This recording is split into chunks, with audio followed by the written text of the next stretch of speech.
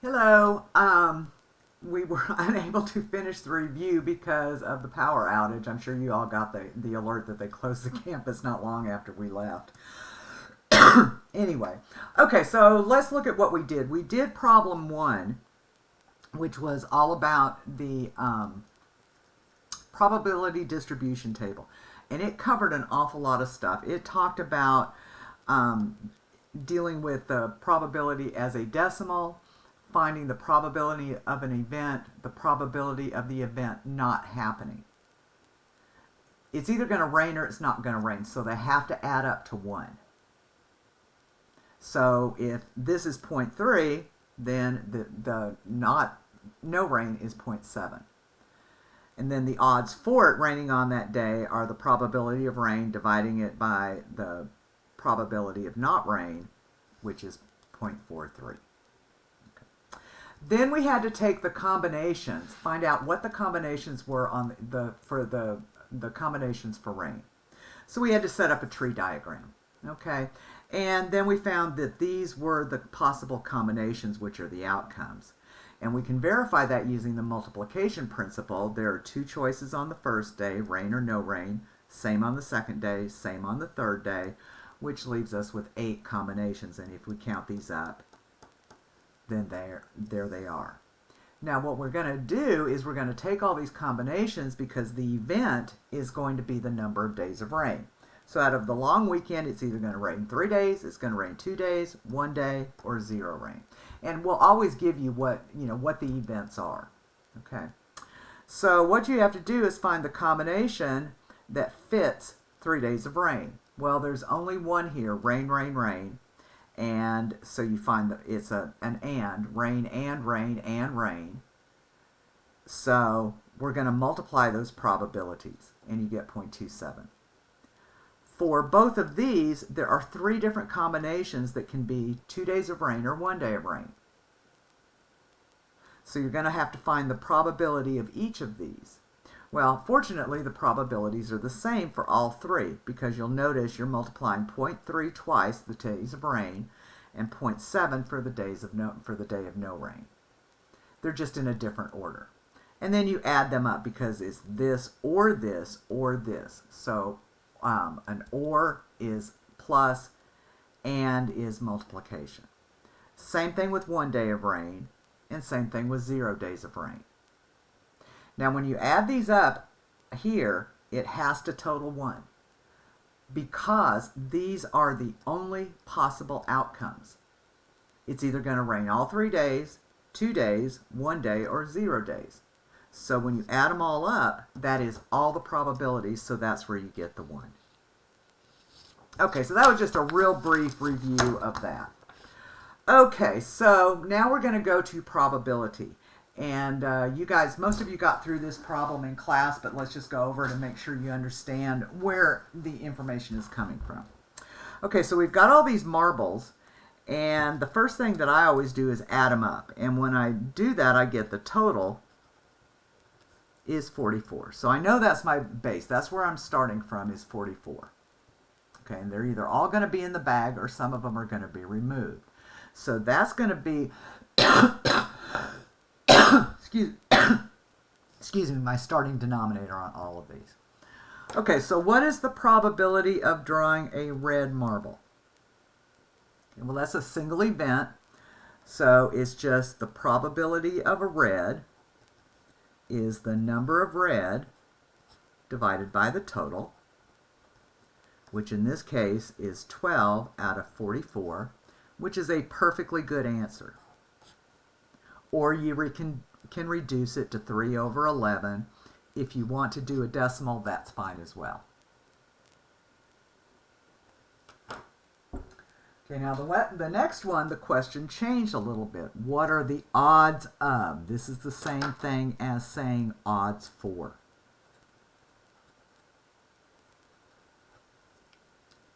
Okay.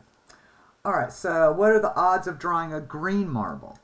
Okay, well, that is going to be the number of green divided by the number that are not green, which in this situation there are 9 green there are 44 minus 9 that are not green, so this gives me 9 over 35. That can't be reduced as a fraction, but again, if you want to turn it to a decimal, that's fine. It is not necessary. Okay, what is the probability of drawing a blue marble? Now we're dealing with more than one event. We're going to replace it in the bag and then draw a yellow marble. Replacing it in the bag turns this into independent.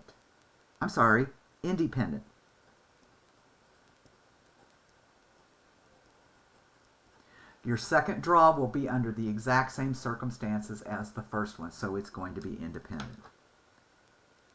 So we need to find the probability of a blue, and since it's an and statement, that's multiplication, and the probability of a yellow. Okay, well, the probability of a blue, there are 8 blue out of the 44. It is replaced, so when we do our second draw, we still have 44 marbles, and we want a yellow one, so we want 15 of those. Now, remembering how to multiply fractions, you multiply straight across, so this is 8 times 15 divided by 44 times 44. That gives you 120 divided by 1936, which is a perfectly acceptable answer, or the reduced form is 15 over 242.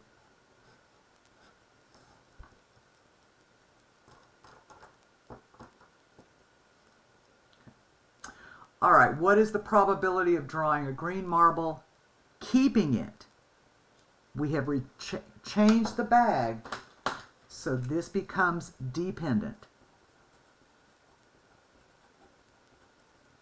Of drawing a green, keeping it, and then drawing a red. Okay, so we're going to find the probability of a green times the probability of a red given you've already drawn a green.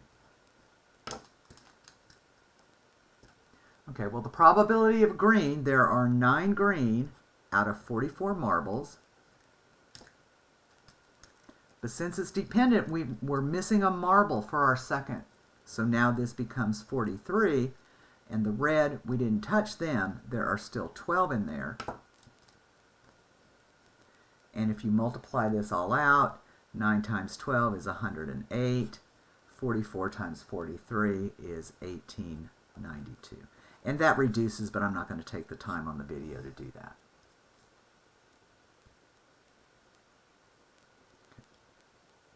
What is the probability of drawing a yellow marble? You're keeping it. That tells you this is dependent.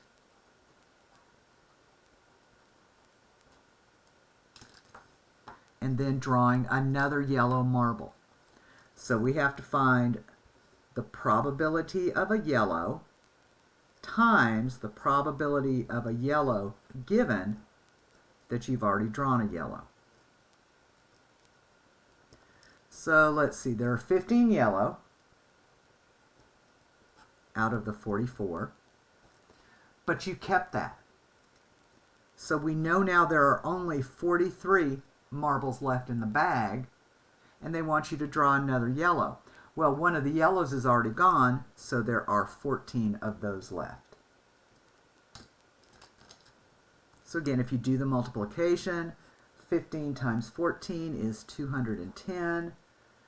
44 times 43 is still 1892. And again, if you want to reduce that, that's fine. Just to save time on the video, I'm not going to.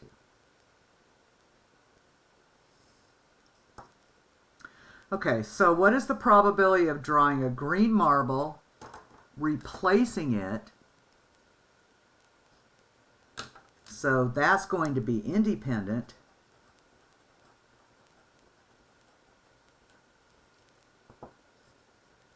then drawing a blue marble, keeping it,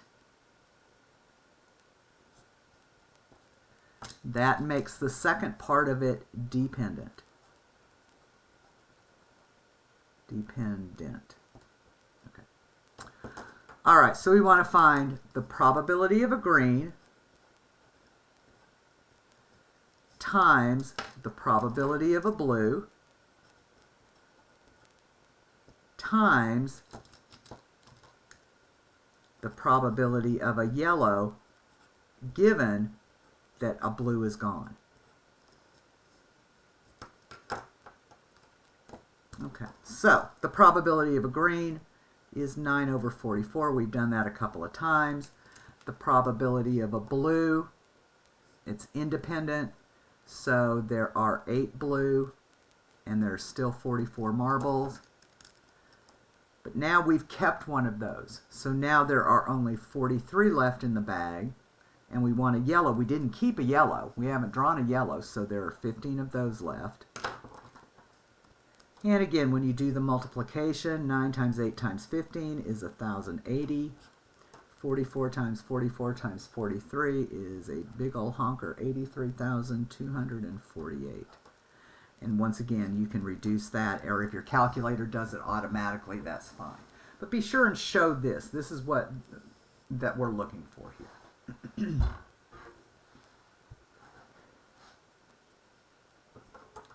Okay. All right, so let's look at a standard deck of cards, which I have one right here. Okay. And I already marked it up for the first question. Okay. Or the second question. Okay, so what is the probability of drawing a black? So the probability of a black is the number of black cards divided by the total. Well, the black cards are the clubs and the spades.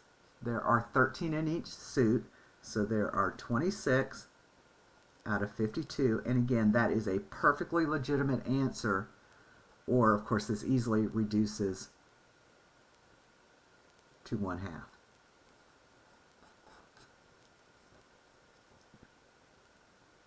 Now I'm going to show you 2 ways to do the probability of a red king. Okay, if we're familiar with a deck of cards and you will be given a picture, well, there are just two red kings out of the 52. So the probability of a red king is just 2 out of 52. Well, this is the same thing as the probability of drawing a red and a king. So, or you can do it as the probability of a red times the probability of a king. Well, the probability of a red, there are 26 out of 52. The probability of a king, there are 4 out of 52. And believe it or not, when you multiply this all out, it reduces to 1/2. So you can do it either way. And you will have a deck of cards.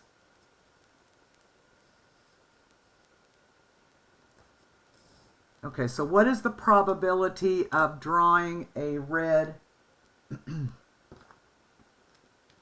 drawing a black card or a queen? An or statement means we're going to have to add. And means multiply, or means add. Okay, so if I look at this,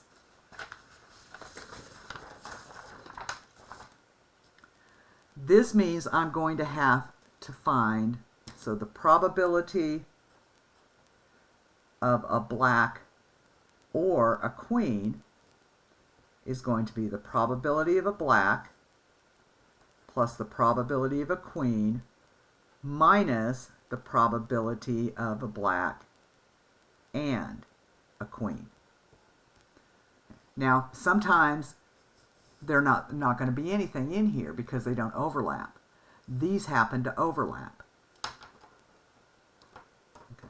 So the probability of a black, there are 26 out of 52. The probability of a queen, there are 4 out of 52. And there are 2 black queens, so we have to subtract out the 2 out of 52. And remember, when you are adding fractions, you add the numerators. 26 plus 4 is 30 minus 2 is 28 out of 52. When you have a common denominator, you just add the numerators. Again, let your calculator help you with that. So these are overlapping.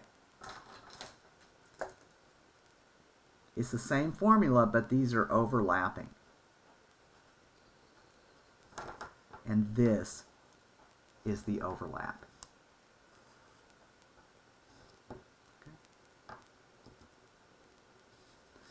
Okay, if we want to know the probability of drawing a jack or an ace, well, that's going to be the probability of a jack plus the probability of an ace minus the probability of a jack and an ace.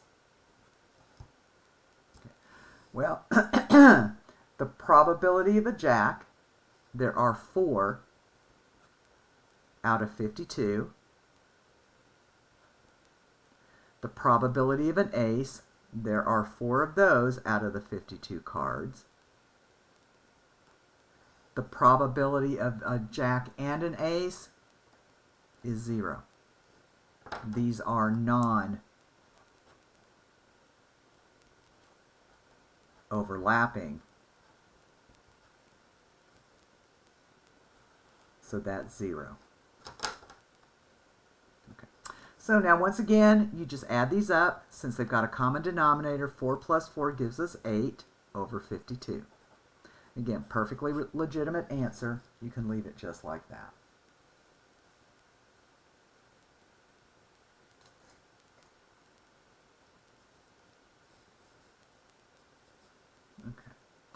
All right, so what is the probability of drawing a spade and a diamond? So the probability of a spade and a diamond, well, it's the probability of a spade times the probability of a diamond.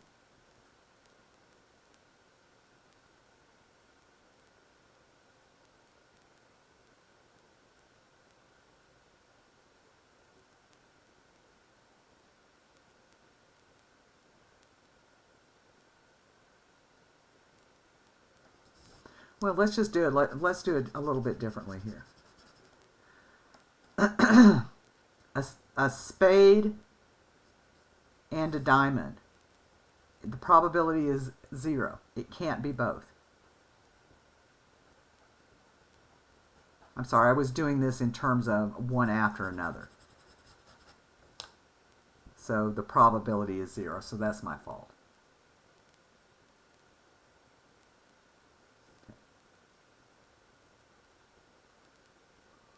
Okay, so what is the probability of drawing a card that is a red or a black? Okay, so since we've got an or statement in here, we're going to be adding.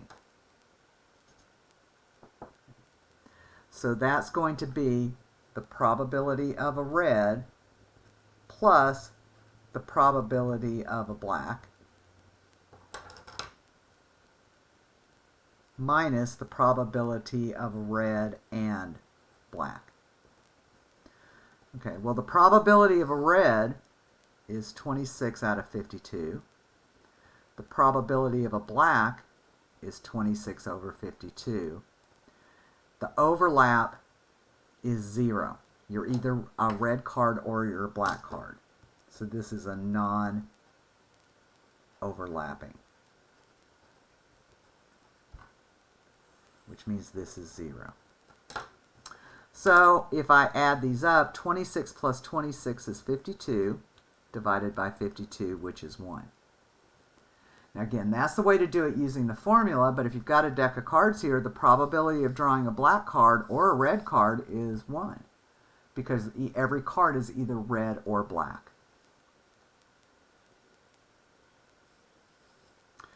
Okay, what are the odds against drawing a heart?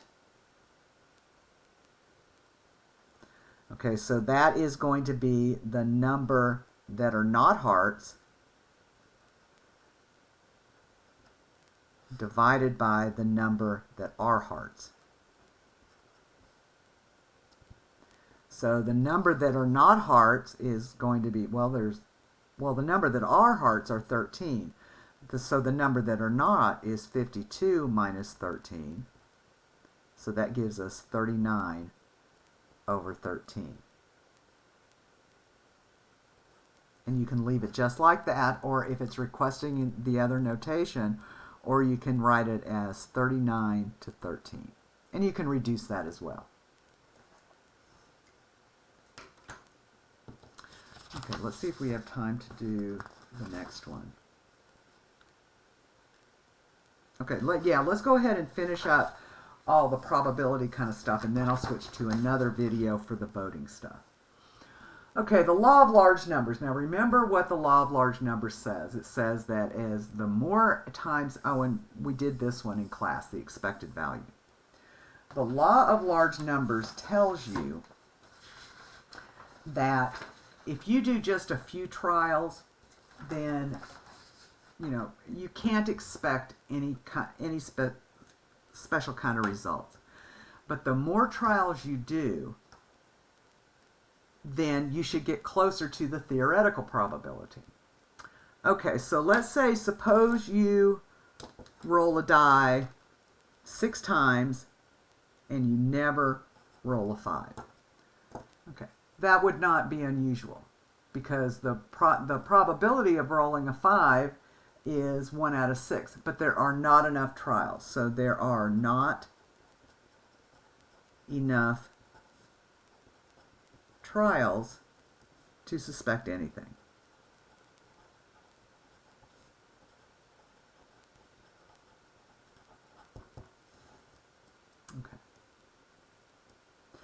Okay, but let's go to where you're rolling a die 600 times. Okay, well, now you've got enough that possibly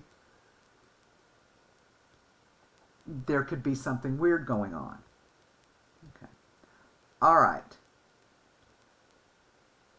Okay, so in the experiment,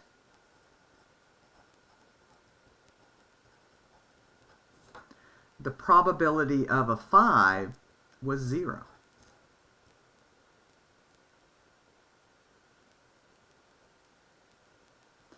But the theoretical probability,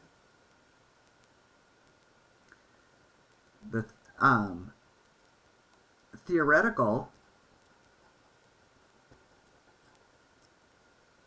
probability of a 5 is 1 out of 6.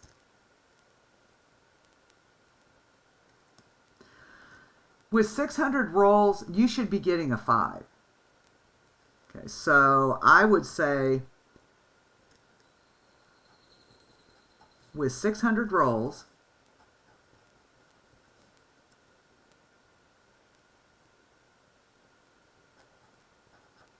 the theoretical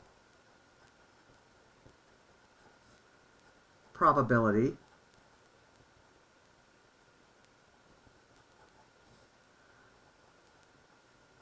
would give you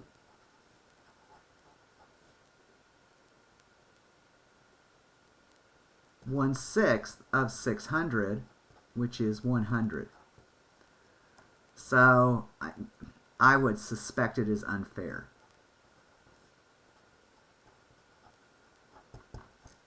At least be suspicious. Excuse me. Okay.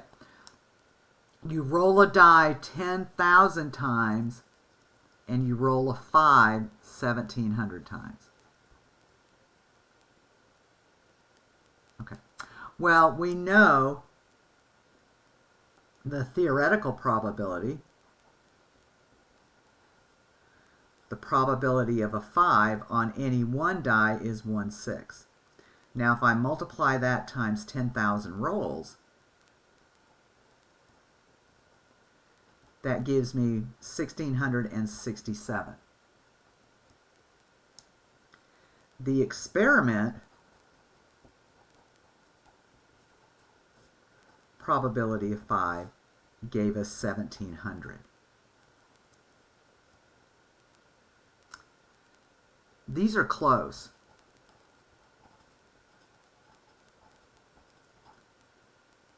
So I'm not suspicious.